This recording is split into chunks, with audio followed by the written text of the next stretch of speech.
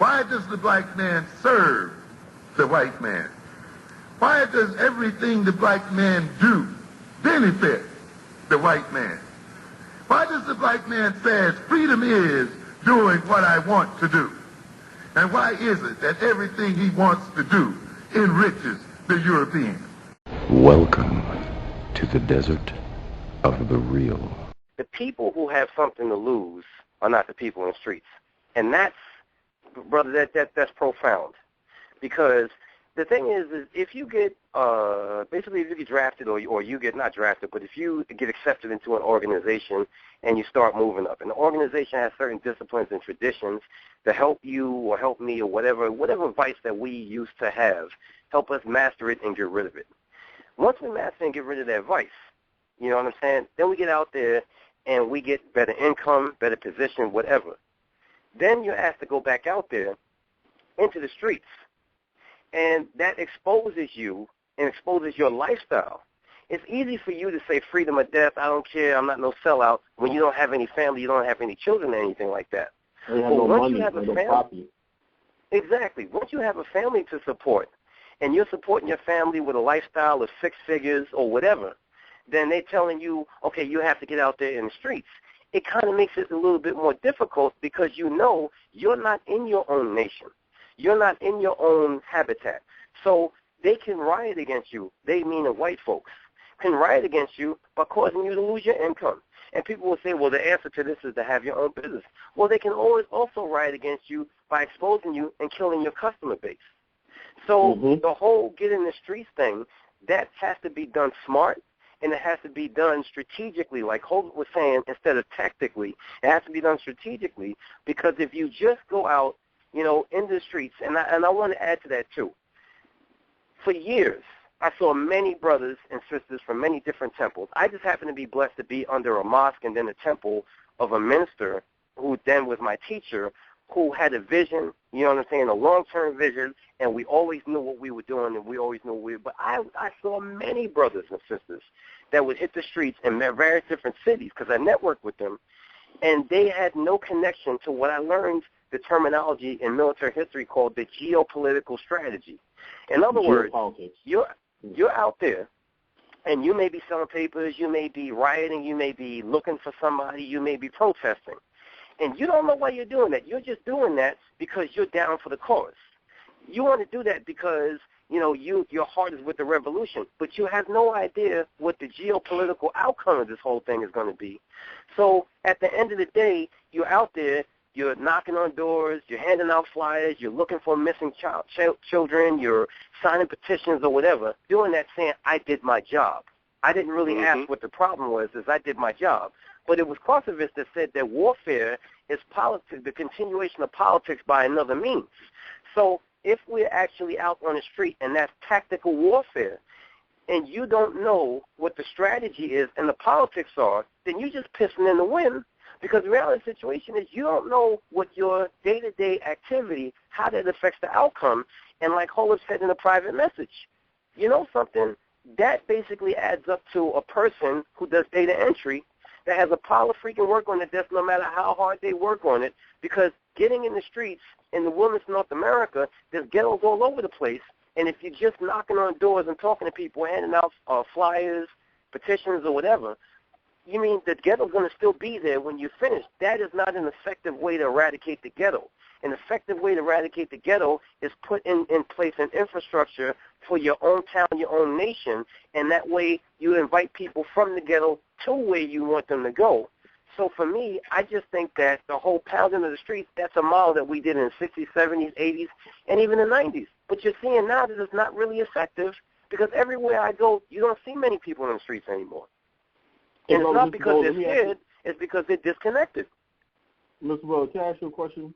What about the fact that when people talk about revolutionary things, they go out and get the same hairstyles, the same clothes as everybody did in the 1960s?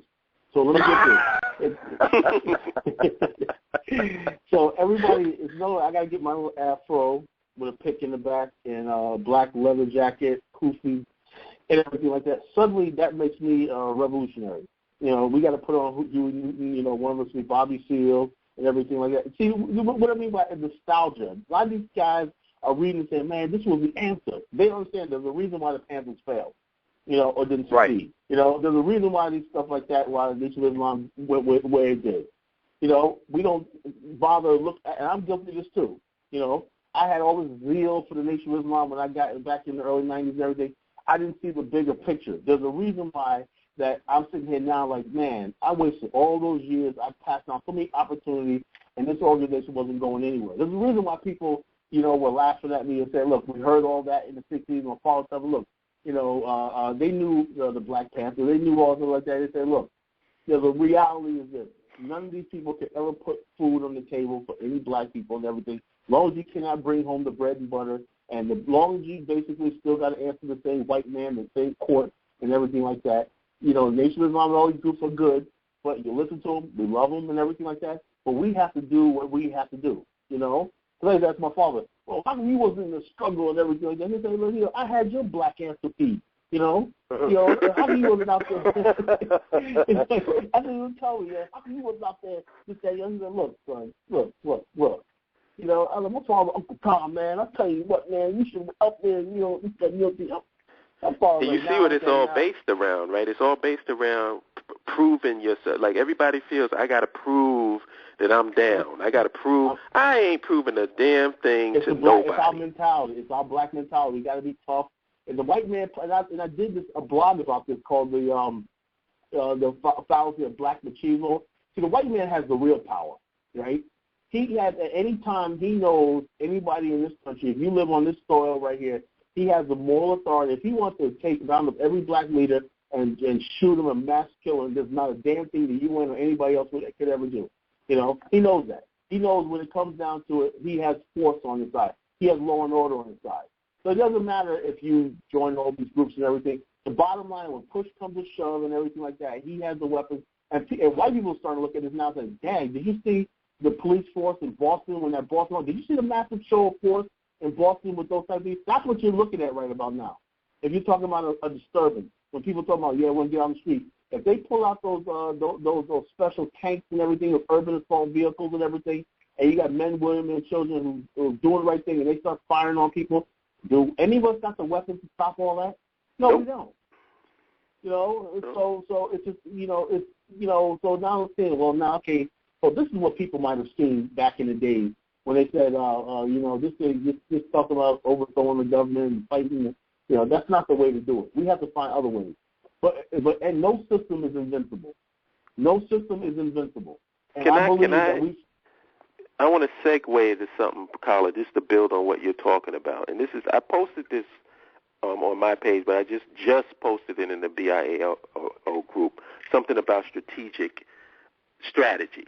And let me just read this for you. It says, an Occupy Wall Street spinoff group has brought up $14.7 million worth of Americans' personal medical debt and forgiven it over the last year as part of its Rolling Jubilee project, the group announced Monday.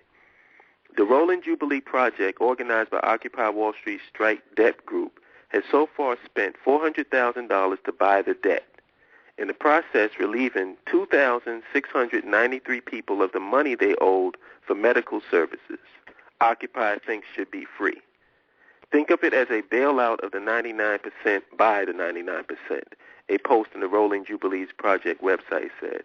The project, which launched on November 15, 2012, raises money through small individual contributions and then uses that money to purchase distressed defaulted debt from the lenders, who in this case are hospitals or medical groups. The lenders are willing to sell it very cheaply, often for less than 5 cents on the dollar, because they think there's little chance they will be able to collect. Andrew Ross, a member of the Occupy Strike Debt Group and a professor at New York University, said the group was able to buy debt at a 50-to-1 ratio. So they bought $14.7 million worth of Americans' medical debt for $400,000, and they relieved almost 3,000 people of their medical debt. Wow. See, I'm down with that. See, and then we got to ask the question, was that more helpful to the 99% or sleeping out in tents? Thank you. Yeah. I mean, I never understood that sleeping out in tents thing. And this is why I said, if you really at war with Wall Street, if you want to get at war with Wall Street, all those people who were doing the Occupy Wall Street, all they had to do was pick out one corporation and say, nobody spend a penny. Just take down one corporation. You don't even, take down one national corporation. Take it down. Earl, I've been putting this post on the thing for the longest because this dude, Max Kaiser, came up with this thing called Karma Bank. He said that the most vulnerable companies right now that could be taken down by activists right now is two of the biggest companies in America, Coca-Cola and McDonald's. Yes. You can take them down to like within a couple of days. That's how vulnerable they are. And people, and once you do that, the whole game changes.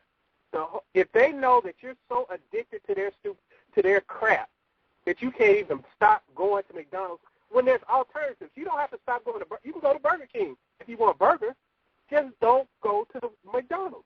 Right. Just don't go, regardless. Just make that the policy.